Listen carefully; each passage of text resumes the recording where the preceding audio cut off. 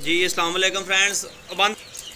जी अस्सलाम वालेकुम फ्रेंड्स। तो यह बघियाड़ी बच्चे जनाब ठीक है, सुबह दही खा रहे हैं। 24 मार्च की फ्रैश वीडियो ठीक है। यह गुलटेर है बच्चे, इन्हों के एक जोड़ा रह गया गुलटेर के भी ठीक है। तो यह जोड़ा बघियाड़ियां रह गया, एक जोड़ा आज़ाद कश्मीर भिंबर भेज दिता जनाब ठीक है। इधर खाओ इधर खाओ इधर खाओ।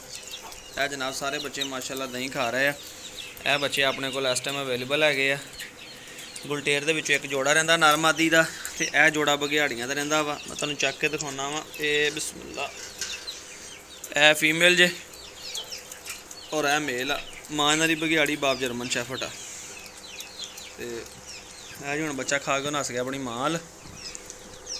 खाओ खाओ इधर खाओ। यह माशाल्लाह जी गुलटेर बच्चे भी अगे नालों काफ़ी सेहतमंद हो गए ठीक है। इधर खाओ इधर खाओ तुसीं इधर खाओ, क्योंकि बघियाड़ी थोड़े वड्डे आ। ये माशाल्लाह इन्हां दी खुराक ज़्यादा उन्हां नालों। ते यह जी फीमेल गुलटेर ठीक है। बच्चे मैं तुहानूं चक के दिखावां। यह वेखो ऐ नोक इहदा हल्का ब्लैक हो रहा जी ठीक है। यह फीमेल आ, यह पिंक आ ठीक है। यह भी पिंक ब्लैक मिक्स आ। ते कलर थोड़ा नोज का चेंज कर रहे हैं बच्चे, मगर माशाल्लाह क्वालिटियाँ टेलां हर चीज़ तुहाडे सामने है। यह चेक कर लो बघियाड़ी बच्चे ने ठीक है। वो डर गया चूचे उन्होंने को। तो यह जी अपना ठीक है माशाल्लाह। एक जोड़ा रह गया बघियाड़ियां का, तो एक जोड़ा रह गया गुलटेर का।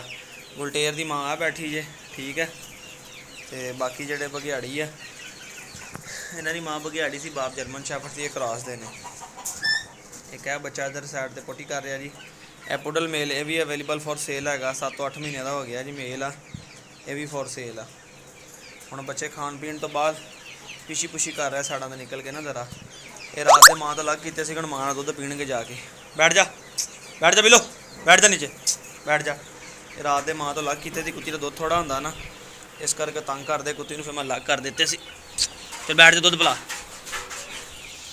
बिस्मिल्लाह चल दुध पिला बैठ जा। हुण बच्चों फीड कराएगी फीमेल।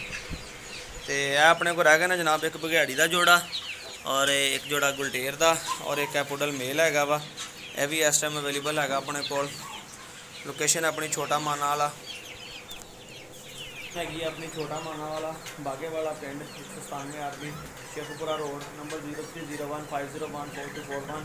यह मेरा मोबाइल नंबर है। व्हाट्सएप नंबर भी मेरा यही है। जोड़ा भी दोस्त इंटरस्टेड हो मेरे नाल रब्ता करे कार्गो की फैसिलिटी अवेलेबल होएगा। उस वक्त तक इजाज़त दो, मिले रहेंगे इस तरह अच्छी वीडियो लैके। अल्लाह हाफ़िज़।